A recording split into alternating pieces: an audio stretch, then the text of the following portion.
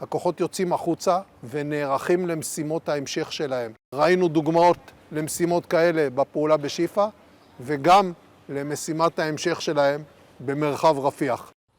צה"ל יודע להתמודד גם עם איראן, בהתקפה ובהגנה.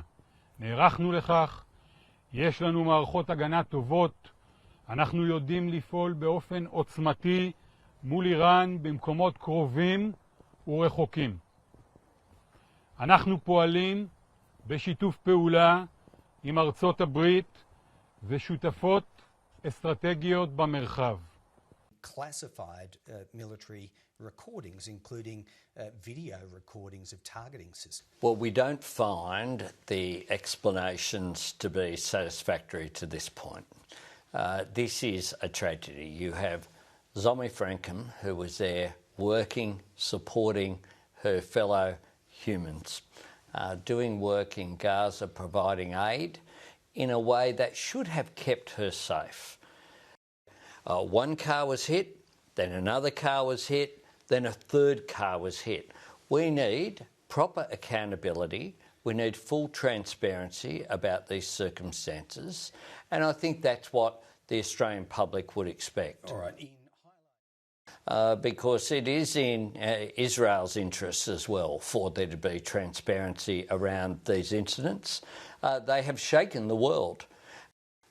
We believe at this point that there hasn't been an adequate explanation for how this has occurred.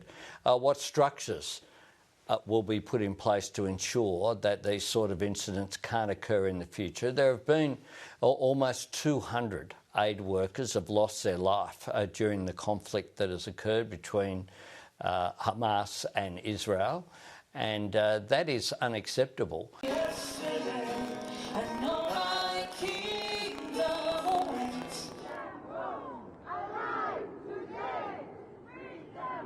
We are here to support a deal to free the hostages so that they won't be forgotten. We have many family and friends in Israel who are waiting for their loved ones and miss them, and we want this nightmare to end as quickly as possible. Listening to the press that I listen to, the hostage part of the narrative has been kind of left out. And so it kind of makes Israel look terribly irrational, and it takes everything out of context. And loves his family deeply. And now, hostages. Yet the UN women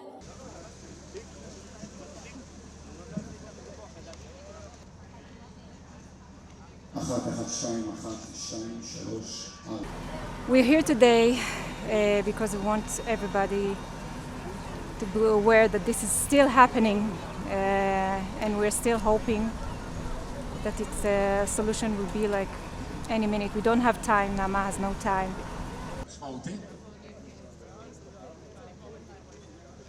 Right now, it's 184 days in captivity. It can be. The world should condemn it. The world should stand and to be with Israel against Hamas and to do anything that they can do to help us. And for our government, we demand them to do things as soon as possible and not to waste time. Their families and everybody here has had enough. And people need to understand that, and the world needs to stand up and get them back. Whoever is responsible, we're all responsible, and these are our people, and we can't stand another day without them coming home. And it's above politics, it's above religion, it's a humanitarian issue, and that's what we're here to shout today. No politics, no, just hearts, just being together, because those people could have been my people, your people, the government people. It doesn't matter. We are one state, one soul, and we need to be united. First of all, to bring everyone together. Afterwards, we will have time for everything.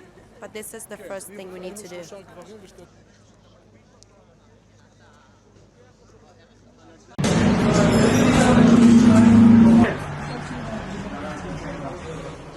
If Hamas achieves victory, then the world becomes a much more violent place because Iran will have validated its strategy of using proxies to attack Israel and through Israel attack the United States. I mean, Iran calls Israel the little Satan and the United States the great Satan. It has an intention to hurt the United States and its interests. But this is also the fact that Israel has never started a war. It's never fought a war of aggression.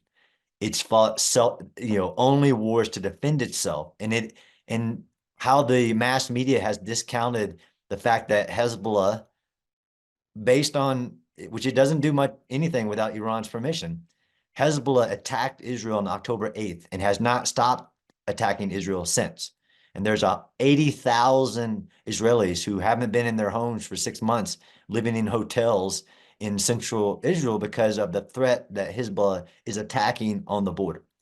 And that is all part of Iran's ultimate plan. And I'm tired of thinking about what Iran will do and trying to deter Iran. It's time to take more than a deterrence perspective, because that's shown and is showing in real time in Israel not to be working.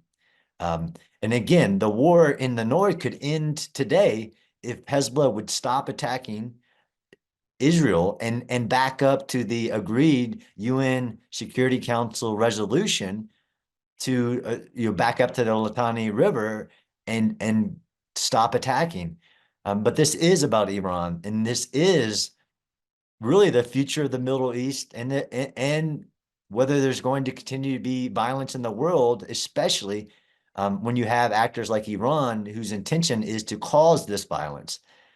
This is Iran's strategy, and if something's not done directly to stop it, it will continue. More October 7th style attacks, more hostage taking, more rocket attacks, not just on Israel, but the US, to include their attacks through their proxies on US servicemen in Iraq and Syria.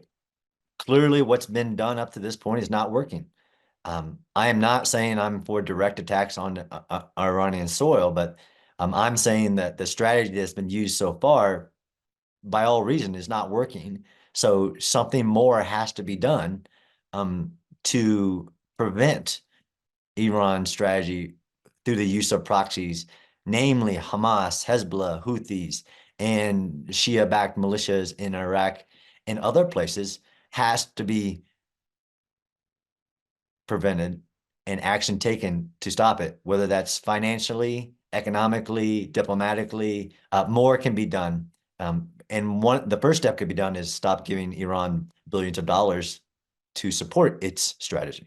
I would hope that any next administration completely changes a long trend of appeasing Iran and its actions in the Middle East.